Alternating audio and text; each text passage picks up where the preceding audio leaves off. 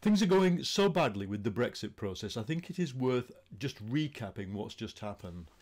Now, on the 26th of November, Theresa May publishes the deal. She takes it to the country. That is a series of small closed meetings where she doesn't meet anybody who's likely to disagree with her. And then business comes behind her, you know, the Institute of Directors, the Financial Times, the CBI, the Daily Mail. But then she realises that her own MPs just don't support this deal. And quite rightly, because it gives so much sovereignty away and back to Europe that you'd have more sovereignty actually staying in the European Union. Then the debate starts, and it's clear the MPs are not going to support her. So last Sunday, she decided to pull the deal in secret, and they war-gamed it out.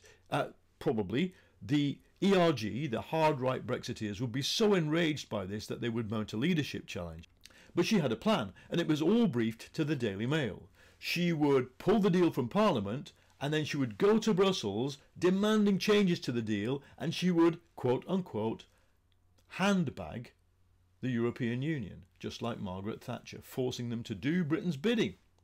But it all went wrong, because instead of just 48 MPs rebelling from the far right of the Tory party, what you got was 117 voting no confidence in the Prime Minister. So that means only 200 MPs out of 650 actually want May to be Prime Minister. And then, guess what? The European Union noticed this, they read the Daily Mail, they understand what's just happened in Parliament, and instead of she handbagged them, they handbagged her.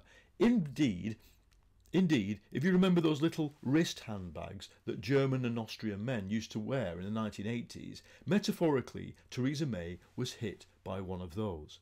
She went into Brussels without a plan, without a request, without any ability even to strong-arm the European Union into any changes for that deal, and she got less than nothing. They've briefed last night that she was unclear, vague. She doesn't actually know what she wants, and that's logical. Because the Tory party can't get any form of Brexit through Parliament.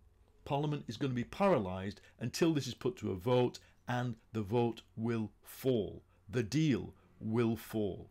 Now, I think this is going to lead to a second referendum in which I would be campaigning and voting to remain in Europe. But that's for next week and probably for next year. For this weekend, if you're a Tory, you have one thing to think about. People with power run the Tory party.